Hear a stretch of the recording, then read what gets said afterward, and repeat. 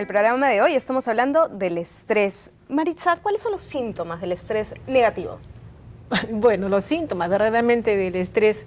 O las consecuencias de tener un estrés. Vamos a hablar de los intenso. síntomas, es importante, ¿no? Porque desde el punto de vista médico hay que tenerlos en cuenta. Los síntomas pueden ser muy variables, desde pequeños síntomas como dolor de cabeza, una migraña, podemos tener, digamos, insomnio, ¿no? Insomnio, puede ser que tenga falta de apetito o que de repente comience a hablar más rápido o muy alto o muy bajo, tos, reacciones de piel como urticaria, reacciones respiratorias como asma bronquial, reacciones digestivas como una gastritis.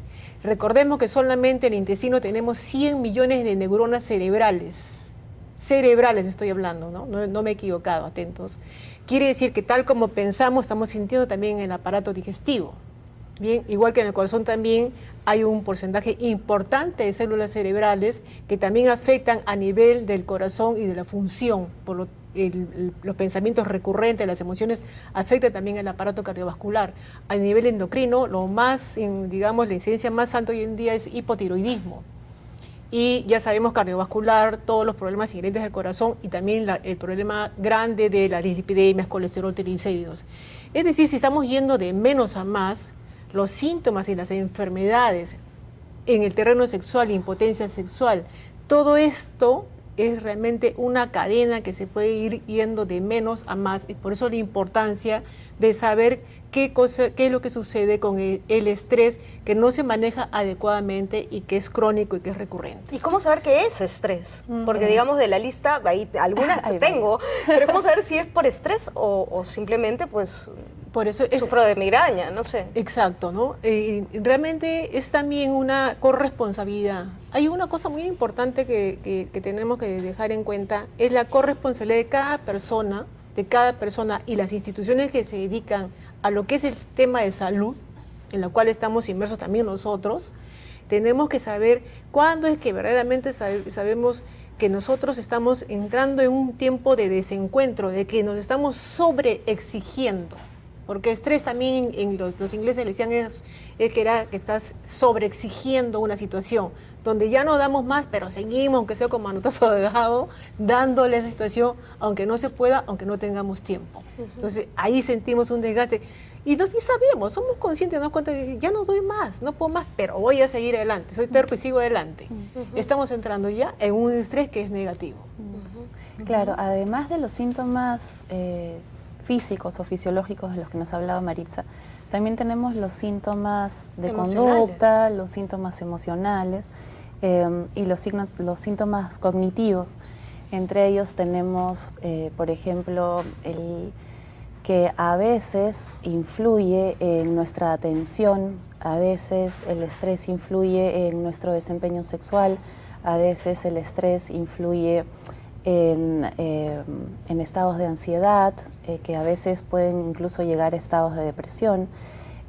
Sin embargo, uno puede notar cuando uno se encuentra estresado sin tener que llegar a una sintomatización tan grande, digamos, ¿no? Nosotros podemos notar que estamos estresados cuando nuestro corazón se agita, cuando comenzamos a salivar de una forma excesiva a lo que estamos acostumbrados, cuando sentimos presión en el pecho, presión en el abdomen, sudoración excesiva. Claro. Entonces, cuando notamos estas pequeñas cosas, podemos saber que estamos en un pequeño cuadro de estrés. El hambre que se luego modifica, aumenta, disminuye. Dentro de los, bueno, dentro de los existen las dos, ¿no? digamos, dentro de los, perdón, dentro de los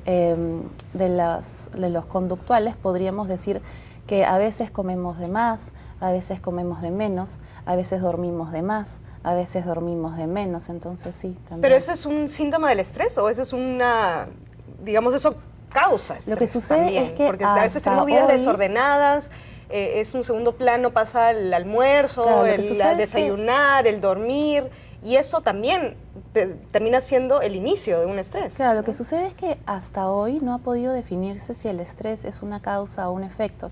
Por ejemplo, Hans Selye, el que les hablaba más temprano, él decía que el estrés, además de ser estrés, era tanto una causa como un efecto. Claro. Eso es algo que aún no se ha podido evaluar científicamente, entonces aún no sabemos si es causa o es efecto. Ahora, por ejemplo, en la historia tenemos algunos pasajes de estrés extremo, ¿no? Por ejemplo, se me viene a la memoria todo lo que debieron sentir los que estuvieron, por ejemplo, en campos de concentración. Así es. ¿No? Una vez en un curso sobre el Holocausto, yo le pregunté a una sobreviviente de un campo de concentración, porque me viene a la memoria lo que dijiste, o sea, el deseo sexual, la vida sexual. Entonces yo le pregunté, ¿y cómo era la vida sexual dentro de los campos de concentración? Y ella me decía que contra lo que uno podía pensar, el deseo sexual aumentó.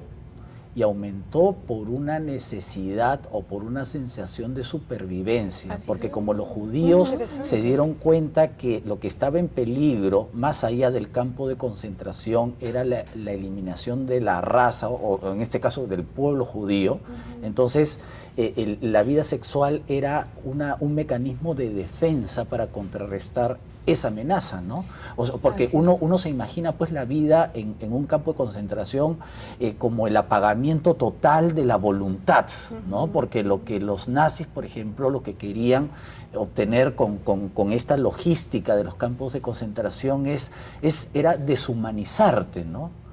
Entonces, la vida sexual relativamente intensa, ¿no? En un campo de concentración era un mecanismo de defensa. Claro, yo creo quizá que eso responda, perdóname, quizá eso responda a que el acto sexual en sí es una liberación somatoemocional. Cuando hablamos de que tenemos diferentes maneras de responder ante un estímulo, hablamos de que podemos tener digamos, el alejarnos o el atacar. En este caso sería que en algunos casos uno se retrae sexualmente y en otro lo buscamos más bien como un método de salida. Entonces incrementamos más bien la cantidad o las veces que tenemos relaciones sexuales. Yo creo que hay un punto importante ahí, que hoy en día las neurociencias realmente le están dando un respaldo y yo creo que esto es extremadamente válido. Nosotros entendemos el cerebro como algo muy complejo, pero que predomina definitivamente la parte emocional y el sentido de supervivencia. Y esto está en la parte muy primitiva que queda acá, en la base del cerebro. Ese sentido de supervivencia, a mí estaba en una alerta total completamente, es decir, o yo vivo, ¿no?, o muero. Entonces la única manera que era para la gente que estaba ahí en el campo de concentración, la vida y la muerte era cuestión de segundos nada más ahí. Entonces, ¿qué puedo hacer? Eso es lo que yo voy a hacer, o sea, tratar de seguir procreando, teniendo relaciones de esa manera. El ser humano hoy en día está dentro de dos áreas, una que es la parte cognitiva, mi respuesta muy procesada, todo, y la otra es yo tengo que sobrevivir, y esa es la que pesa fuertemente la parte emocional y la parte primitiva del ser humano. Sí, ahora, apelando a la historia, por ejemplo, me estoy acordando de la historia militar, digamos, ¿no? Por ejemplo, la sensación de estrés antes de la batalla, ¿no? O sea, mañana vamos a atacar, o es posible que mañana nos ataquen, o en unas horas. Exacto. Entonces, ¿cómo canalizar, por ejemplo, esa situación de presión máxima, ¿no? Entonces, por ejemplo, algunos recurrían, por ejemplo, en la guerra con Chile sabíamos que los ejércitos recurrían al alcohol, ¿no? O sea, antes del enfrentamiento, canalizar un poco la tensión a través del alcohol, o por ejemplo en el mundo andino a través de algunas hierbas, o la coca, por ejemplo, ¿no? Entonces había formas de alguna forma de canalizar o administrar una tensión máxima.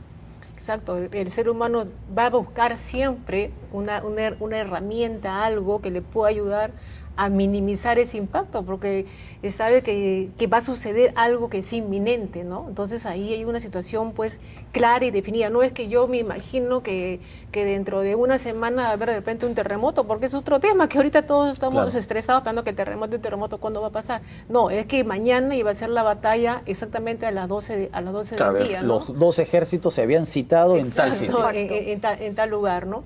Entonces ahí definitivamente entra nuevamente enfoque, concentración, uno saca la mayor parte de las destrezas, tiene más fuerza, porque la adrenalina y todos los neurotransmisores van funcionando y yo tengo fuerza como 1 ahorita y ante esa situación tendré fuerza como 20. Entonces todo eso se va a dar, ¿bien?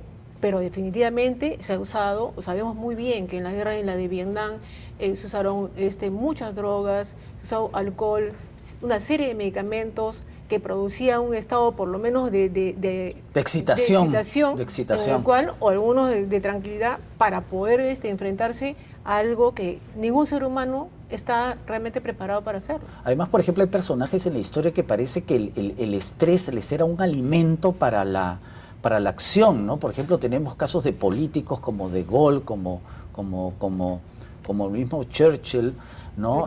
No voy a mencionar contemporáneos, ¿no?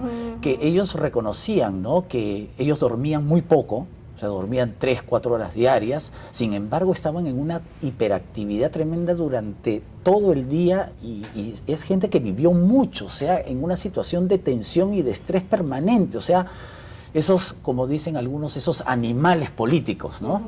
Porque es que esas personas tienen ya una estructura con la que ellos vienen así, o sea, nacen para tener ese perfil, ese liderazgo, son gente que puede dirigir grandes batallas, grandes guerras, grandes revoluciones.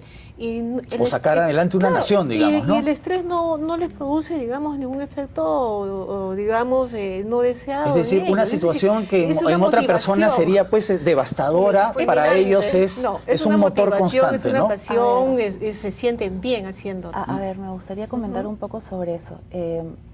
Si revisamos, digamos, la historia nuevamente, vemos que existe el inconsciente colectivo en grupos humanos a través del tiempo. Entonces, si bien antes, en esa época, el tema era bastante más conductual, bastante más cognitivo, quizá ahora nuestro tema tenga más que ver con lo existencial. El estrés en ese momento tenía más que ver con temas cognitivos, con temas conductuales.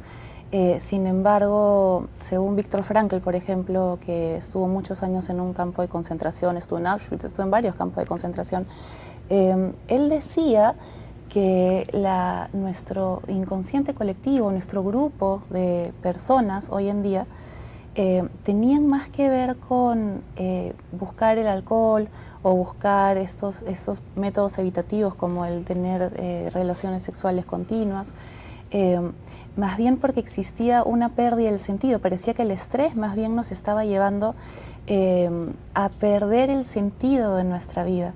Y entonces ya digamos, nuestras respuestas a través de este estrés crónica, depresión, ansiedad, etcétera, nos llevaban a una pérdida del sentido. Pero sin embargo, el hombre siempre tenía los recursos necesarios para pasar por este proceso, por este tiempo difícil, y elegir de qué forma quería reaccionar a esto.